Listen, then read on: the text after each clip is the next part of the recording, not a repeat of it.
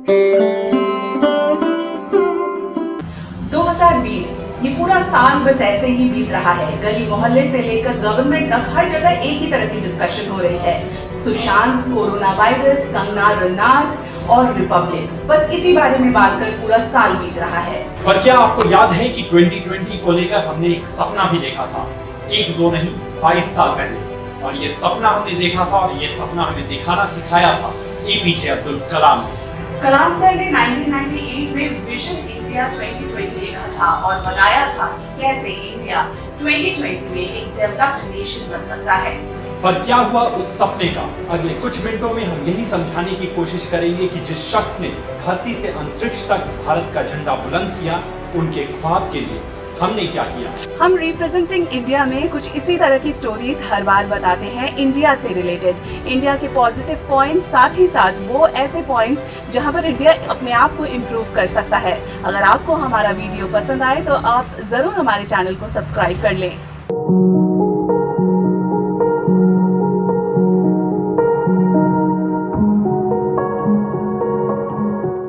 India 2020 vision document में APJ ने देश की हर बड़ी समस्या जैसे गरीबी, बेरोजगारी, भ्रष्टाचार, स्वास्थ्य, विकास या खुशहाली जैसे हर मुद्दों पर बात की और देश डेवलपिंग से डेवलप तक का सफर कैसे तय करे इसका रास्ता भी बताया। इन 22 सालों में कुछ पॉइंट्स पर अच्छे काम हुए, लेकिन बाकी बहुत सारे ऐसे पॉइंट्स थे जिनमें हम पूरी तरह से फेल हो गए। जैसे कलाम सर का सपना था कि देश डेवलप तभी होगा जब हम पूरी तरह से एजुकेटेड हो, पूरा देश एजुकेटेड हो।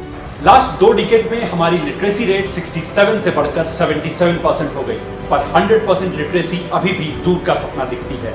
हाँ, हमने गरीबी कम करने में बेहतर काम किया है और इसके लिए यूनाइटेड नेशंस भी भारत की तारीफ करता है। इस वक्त 6.7% लोग ही गरीबी रेखा के नीचे हैं, लेकिन जहां एक तरफ गरीबी कम हुई है, वहीं दूसरी तरफ एम्प्लॉयमेंट अपॉर्चुनिटीज की स्कार्सिटी की वजह से लोग बेरोजगार बहुत ज्यादा पड़ने लगे।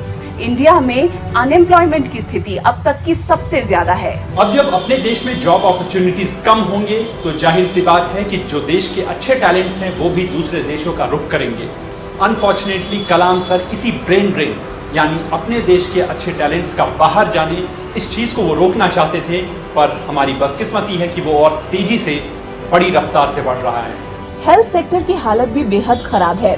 हम अपने बजट का 2% हिस्सा भी हेल्थ के लिए खर्च नहीं करते, जबकि जर्मनी और जापान जैसे डेवलप्ड कंट्रीज अपने बजट का 9% हिस्सा हेल्थ पर एलोकेट करते हैं। लेकिन कृषि प्रधान भारत में एग्रीकल्चर और उसके विकास की कहानी सबको पता है। उसकी सच्चाई क्या है, उसकी विकास दर क्या है, ये बात किसी से छिपी नहीं हुई है।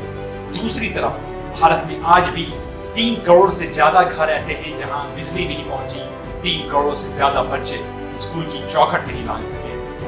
डेमोक्रेसी, गवर्नेंस और ह्यूमन डेवलपमेंट इंडेक्स की वर्ल्ड वाइड रेटिंग्स में इंडिया डेवलप्ड नहीं बल्कि अंडर डेवलप्ड देशों के साथ खड़ा दिखाई देता है। और तो और इंडिया से ज्यादा खुश तो पाकिस्तान के लोग रहते हैं और हैप्पीनेस इंडेक्स में हमसे ऊपर रहते हैं। हैप्पीनेस इंडेक्स में भी इंडिया रोतलू दिखाई देता है। सुनने में बुरा लग सकता है, बट रियलिटी यही है कि 2020 में हम डेवलप तो नहीं हुए, लेकिन कुछ मामलों में रिवर्स में जा रहे हैं। और ये कोई क्रिटिसिज्म नहीं है बल्कि आई ओपनर है, क्योंकि मंजिल तभी मिलती है जब हमें अपनी स्थिति का ठीक अंदाजा हो, और इसीलिए हमें एक बार फिर से जोर लगाना होगा। हो सकता है आप में से कोई किसी पार्टी विशेष का समर्थक हो, किसी के अपने पॉलिटिकल रिजर्वेशंस हो, लेकिन आप ये जरूर मानेंगे कि कलाम सर का सपना इन सब चीजों से ऊपर है और 2020 में इंडिया को डेवलप देखने का उनका ख्वाब आज भी अधूरा है। तो आप खुद भी कोशिश कीजिए कि इन 10 पैरामीटर के लिए कुछ बेहतर करने का। क्या पता देर से ही सही पर कलाम सर और इस देश का सपना साकार हो जाए। साथ ही हमारे साथ जुड़े रहने के लिए हमारे चैनल को सब्सक्राइब करें। नमस्कार।